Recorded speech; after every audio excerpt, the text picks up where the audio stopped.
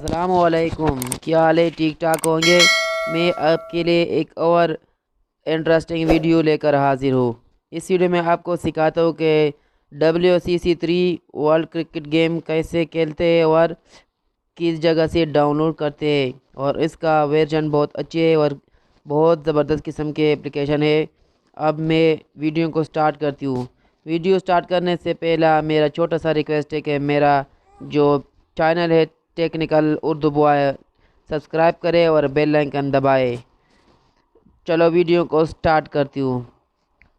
सबसे पहले play store में जाकर सर्च करना है wcc3 इजी आसानी से।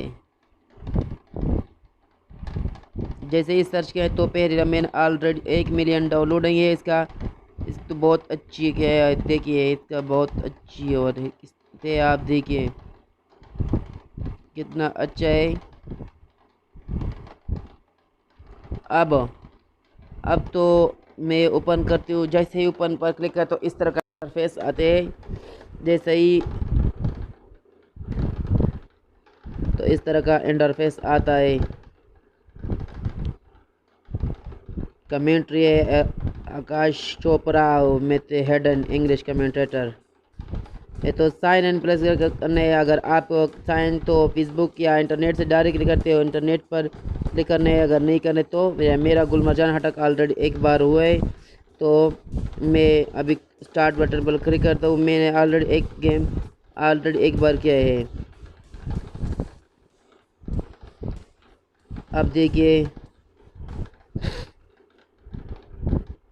देखिए मैंने ऑलरेडी एक बार किया है, एक बार आधा गेम किया है।